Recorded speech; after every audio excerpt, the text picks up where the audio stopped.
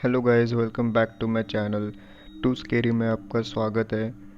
मैं यहाँ पे आपके लिए जिन्नात की 3 असली कहानी लेके आया हूँ। तो उम्मीद करते हैं कि आपको ये स्टोरी पसंद आए।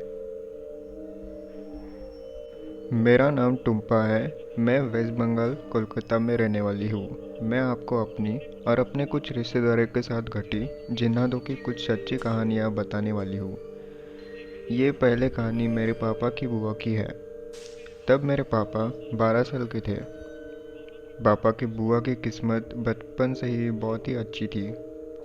उनको हर एक चीज़ बिना मांगे ही मिल जाती थी। घर में सब लोग उनसे बहुत प्यार करते थे। उन दिनों लड़कियों की शादी बहुत जल्दी करवा दी जाती थी। तो जब बुआ 15 साल की थी तो उनके घर वालों ने भी उनकी शादी तय करवा दी।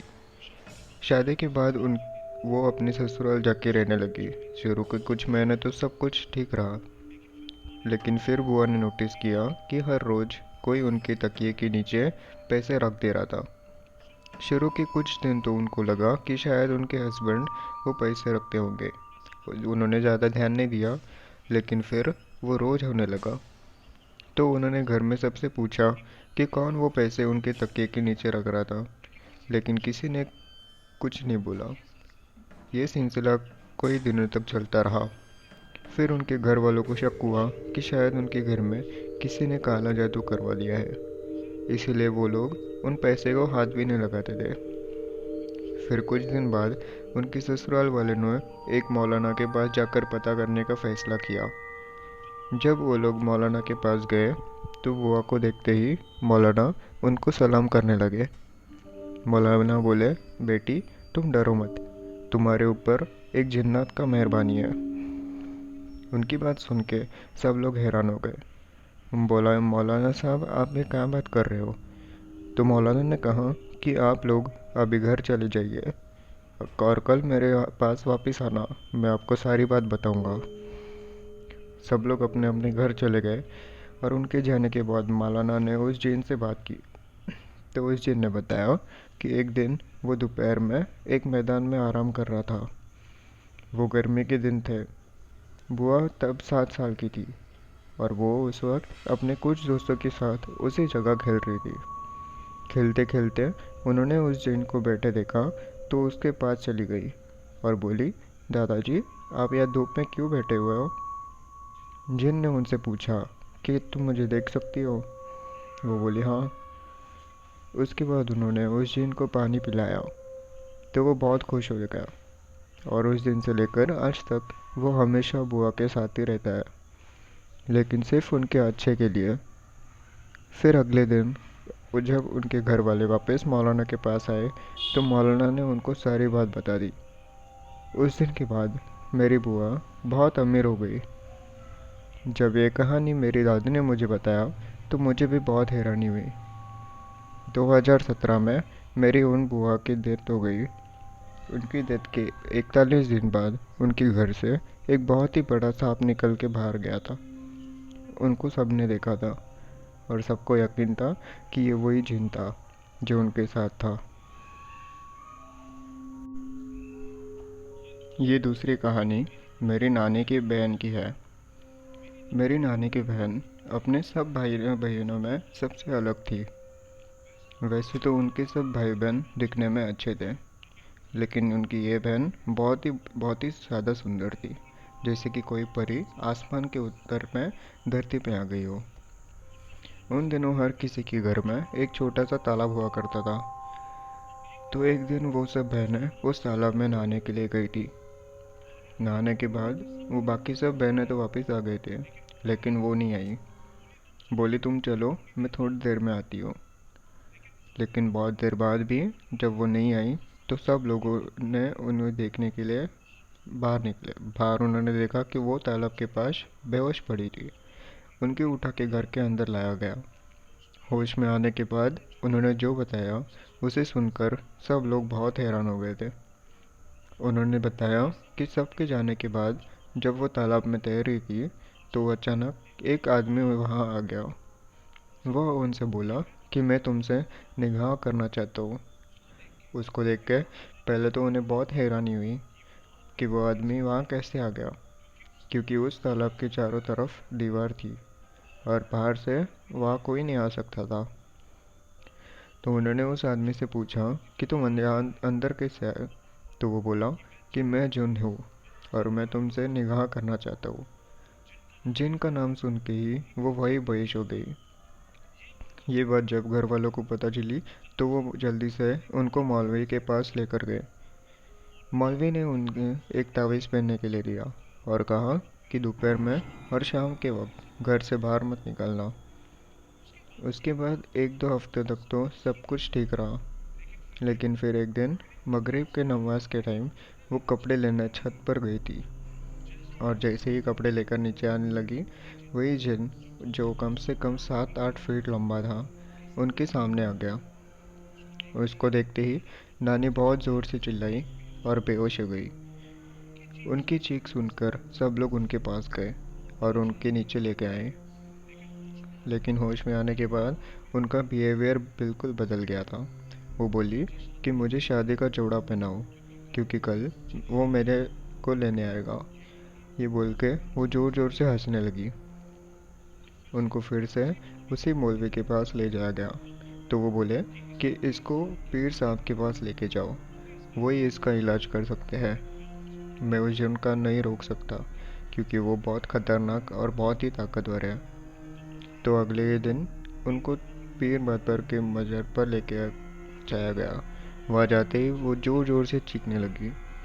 3 दिनों तक लगातार उनका झाड़ फूँक किया गया और उनके ऊपर से उस जिन को हटाया गया। फिर उनको एक लोहे का तावीज़ दिया गया। पीर बाबा ने बोला कि मरने तक ये तावीज़ मत उतारना, नहीं तो वो वापस आ जाएगा। जाते जाते वो जिन ये भी बोल के गया था कि एक मौका मिलते ही वो उसको अपने साथ ले जाएगा। आज उस नानी की उम्र 65 साल हो चुकी है।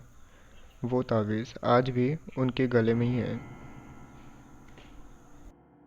ये तीसरी कहानी जो मैं बता रही हूँ, ये मेरे खुद के साथ हुआ था। मेरे साथ ये जो कुछ भी हुआ उसने मेरी पूरी लाइफ ही बदल दी थी। वैसे मैं ये सब कभी किसी को नहीं बताना चाहती थी। ये 2005 की बात है।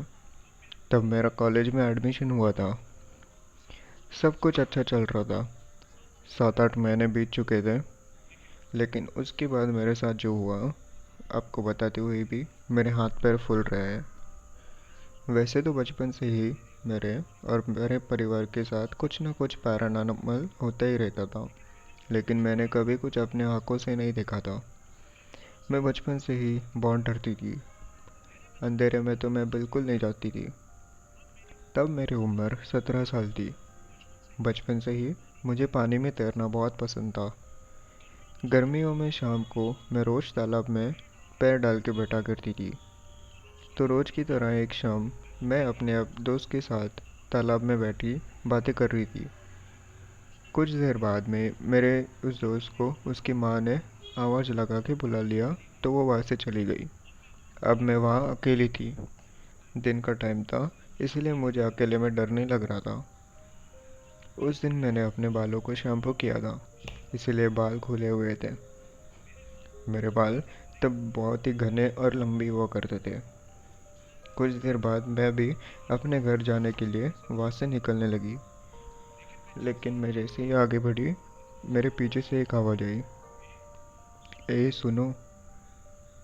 आवाज़ सुन के मैं पीछे पलटी तो देखा कि एक बहुत ही खूबसूरत लड़का मेरे पीछे खड़ा था। उसको देख के मैं कुछ नहीं बोल सकी, बस उसके देखते ही रह गई। फिर उसने मुझसे पूछा, तुम्हारा नाम क्या है? मैंने कहा टुम्पा।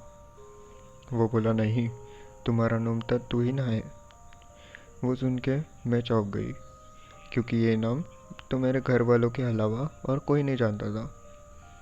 मैंने सोचा कि ये शायद हमारा कोई रिश्तेदार होगा, इसको मेरा नाम पता चल गया होगा। मैंने ध्यान नहीं दिया। मैंने उससे पूछा कि आप कौन हैं? तो वो बोला कि मेरा नाम हुसैन है, मैं यहाँ पे नया हूँ और मैं यहाँ अरब से आया हूँ। उसके कपड़े भी बिल्कुल अरबी लोगों की तरह थे। वो ऊपर से सिर से लेके पाँव तक पूरा ढका हुआ था।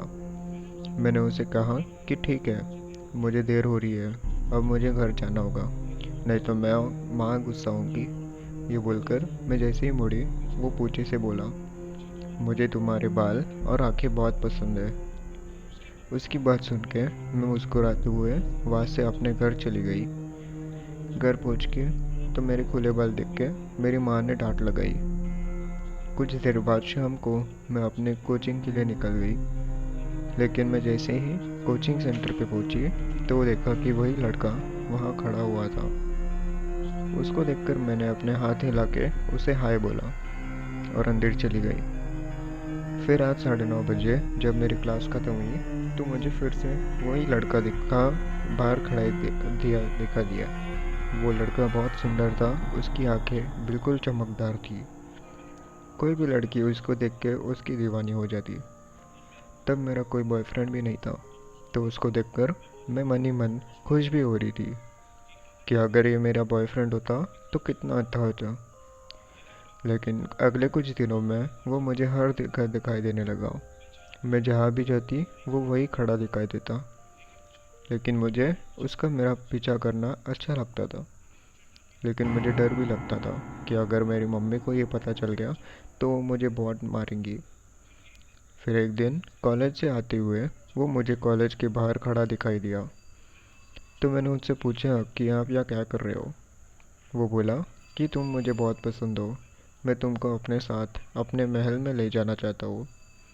मैंने कहा, मैं तो आपको ठीक तो जानती भी नहीं हूँ, मैं आपके साथ कहीं नहीं जा सकती। इतना कहकर मैं वहाँ से कैंटीन में चली गई। कैंटीन में मेरी बेस्ट फ्रेंड रेनू मेरे पास आई और बोली कि यार, तुम उस पेड़ के पास किससे बात कर रही थी। मैंने कहा, यार वो लड़का अरब से नया आया है, उसी से बात कर रही थी।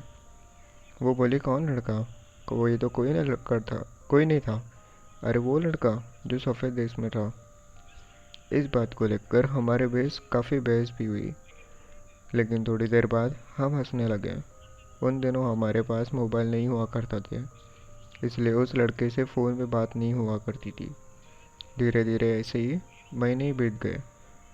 वो मुझे कहीं भी दिखाई देता था। धीरे धीरे मैं भी उसकी पसंद करने लगी थी। एक दिन मैंने उसे फ्रेंड से कहा कि यार, मुझे लगता है कि मुझे हुसैन से प्यार हो गया है। तो रोनी बोली, ठीक है, तू मुझे उससे मिलवा, मैं उससे बात करूँगी। मैंने कहा, ठीक है, बस मेरी माँ को अभी कुछ मत बताना। फिर हम अपने अपने घर चले गए। फिर अगले दिन जब मैं ट्यूशन गई तो वो मुझे फिर से वहाँ खड़ा दिखाई दिया। साथ ही बता दूँ कि वो जब भी मेरे पास होता था तो मुझे हवा में एक बहुत ही खुशबूदार महक आने लगती थी। मैं समझ जाती कि वो आसपास ही है। जब मेरा ट्यूशन ख़त्म हुआ तो मैंने देखा कि बहुत सारे लड़के और लड़कियां उसके सामने से निकल के जा रहे थे, लेकिन किसी ने उस पर ध्यान नहीं दिया। मुझे बहुत अजीब लगा, क्योंकि ऐसा हो ही नहीं सकता था कि कोई लड़की उसको ध्यान नहीं दे। लेकिन उससे बात करने से पहले ही मेरी माँ वहाँ आ गई थी मुझे लेने के लिए। घर जाते हुए मैंने पीछे मुड़ के देखा, लेकिन वो माँ वहाँ नहीं था। फिर उसी रात खाना खाने के बाद जब मैं माँ के साथ बाहर बाथरूम में गई तो देखा कि वही लड़का मेरे घर के सामने वाले गली में खड़ा था। मैं डर गई कि अगर मुझे मेरी माँ ने उसको देखा तो मुझे बहुत मार पड़ेगी। मैंने वहाँ से उसको चले जाने का इशारा किया। बोली, अभी जाओ यहाँ से, मैं कल बात करती हूँ। वो कुछ नहीं बोला। फिर जब मैं माँ के साथ वापस घर में आ रही थी तो वो पीछे से बोला, तू ही ना, रमज़ान ख़त्म होते ही मैं तुमको ले जाऊँगा यहाँ से बहुत दूर, अपने महल में। उसकी बात सुन के ही मैं रुक गई। माँ ने पूछा, क्या हुआ। मैंने माँ से पूछा, माँ, आपने कुछ सुना नहीं क्या। माँ बोली, क्या क्या नहीं सुना।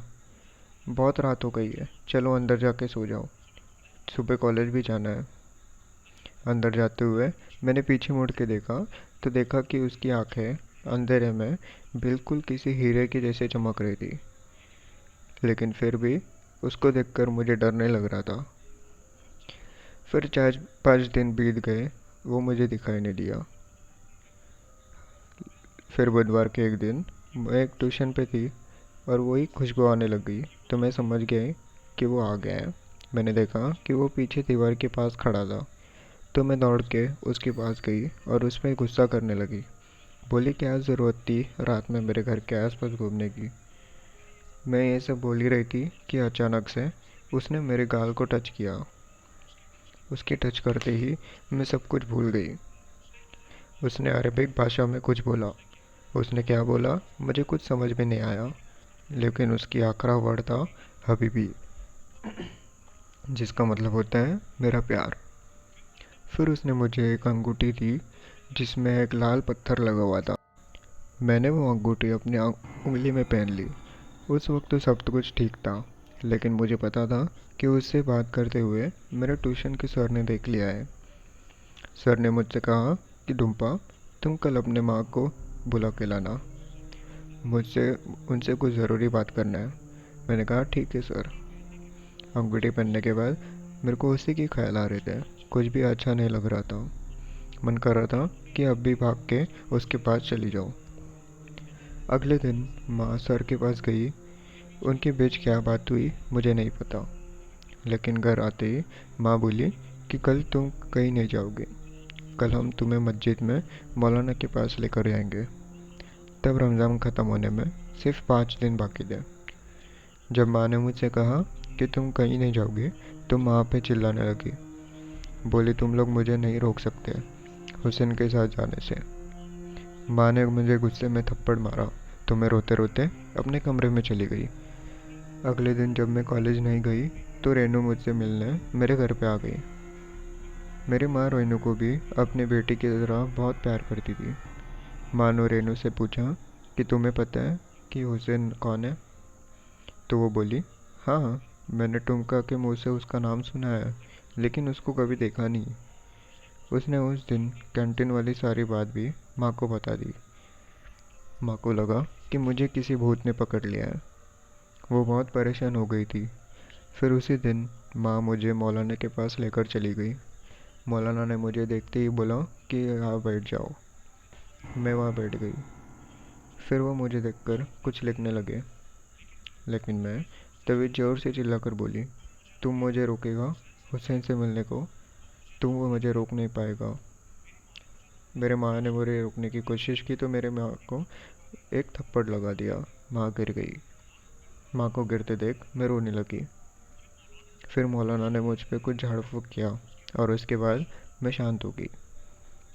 फिर मेरी माँ मुझे लेकर घर वापस आ गई। मुझे तब तक भी नहीं पता था कि मेरे साथ ये सब क्या हो रहा है। मेरा कॉलेज जाना भी बंद हो गया था। दिन भर घर में ही रहने लगी थी। ईद के अब से 2 ही दिन बाकी थे। अगली रात चांद रात थी। ईद से पहले वाली रात को चांद रात बोला जाता है। आसपास के सब घरों में लाइटें लगी हुई थी। फिर उसी रात 2 बजे मैं सोते सोते अचानक उठी और उठ के घर के बाहर चली गई। चांद रात में बच्चे सारी सारी रात जागते रहते हैं, तो मेरा भाई भी जगा हुआ था और उसने मुझे घर के बाहर जाते हुए देख लिया था। उसने उसी वक्त मेरे माँ को उठा दिया, तो माँ उसी वक्त बाहर निकल के आसपास के लोगों के साथ मुझे ढूंढने लगी। मैं तब तक आगे निकल चुकी थी। आगे पहुंची तो देखा कि हुसैन वही खड़ा था। मैं उसके पास जाके खड़ी हो गई। वो बोला क्या तुम तैयार हो मेरे साथ जाने के लिए? मैंने उसे कहा हाँ, मैं तुम्हारे लिए कुछ भी कर सकती हूँ। उसने फिर से मेरे गाल को टच किया और बोला मुझे तुम्हारी आंखें बहुत पसंद है। उसने मेरा हाथ पकड़ा और अरेबिक में कुछ बोलने लगा। फिर उसने मुझसे आंखें बंद करने के लिए कहा। मैंने वैसे ही किया और आंखें बंद करते ही मुझे सब कुछ सफ़ेद दिखाई देने लगा। मुझे लगा कि जैसे मैं आसमान में उड़ती हुई कहीं जा रही हूँ। और तभी अचानक से मुझे मेरी माँ की आवाज़ सुनाई दी। माँ की आवाज़ सुनते ही मैं जैसे नींद से जागी। आँख खुली तो देखा कि मैं उसी तालाब के पास बेहोश पड़ी थी जहाँ मुझे वो हुसैन पहली बार मिला था। माँ के साथ मैं अपने घर वापस आ गई।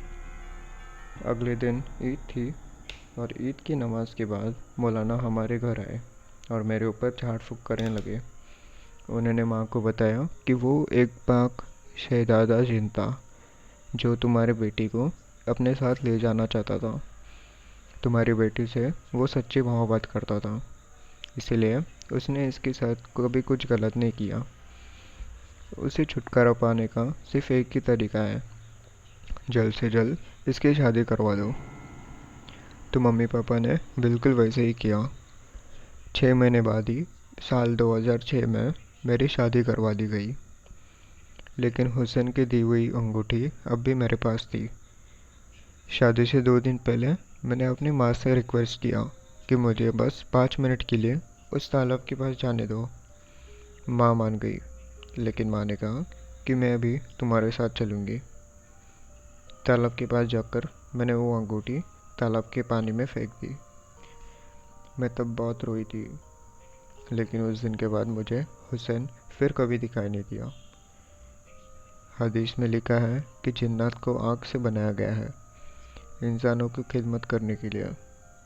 कुछ जिन खुदा की बात मानकर आज भी इंसानों की मदद करते हैं, लेकिन कुछ जिन खुदा के खिलाफ जाकर इंसानों को नुकसान पहुंचाते भी हैं। जिन और इंसानों के बीच शादी भी नहीं हो सकती, लेकिन कुछ जिन खुदा के खिलाफ जाकर ऐसा करते हैं। मैं बस आपसे यही बताना चाहती हूँ कि हर जिन बुरा नहीं होता, उनके पास भी दिल होता है। हुसैन चाहता तो मेरे साथ कुछ भी बुरा कर सकता था, लेकिन उसने ऐसा कुछ नहीं किया। ये सब होने के बाद मौलवी ने मुझे एक तावीज़ पहनाने के लिए दिया था, लेकिन मेरे हस्बैंड को वो सब पसंद नहीं था। इसीलिए उनके कहने पर मैंने वो अंगूठी तावीज़ पानी में फेंकी थी, लेकिन उसके बाद भी मेरे साथ कुछ बुरा नहीं हुआ। तो गाइस, यही थे हमारे आज के 3 जिन्नों की सच्ची कहानियाँ। अगर आपको मज़ा आया हो तो चैनल को सब्सक्राइब कर देना, लाइक कर देना और कमेंट करके बताना कि आपको ये स्टोरीज़ कैसी लगी। मेरा एक दूसरा चैनल भी है, टू स्केरी शॉट। उसमें मैं एक एक कहानी रोज़ डालता हूँ, तो दिन में आपको 3 कहानी मिलेंगी। वो कहानियाँ इसी लंबे स्टोरी की आधे आधे होती है। मतलब इसमें ये लंबी वीडियो में 3 कहानी होती है, तो वहाँ पे आपको एक एक कहानी एक एक वीडियो में मिलेंगी। तो उस चैनल पे आपको हर रोज़ 3 से 6 वीडियो देखने के लिए मिलेंगी। तो उस चैनल का डिस्क्रिप्शन में आपको लिंक मिलेगा। अगर आप चाहो, शॉर्ट स्टोरी में इंटरेस्ट रखते हो, तो इस चैनल को भी सब्सक्राइब कर दो। चलो मिलते हैं हम अगली वीडियो में।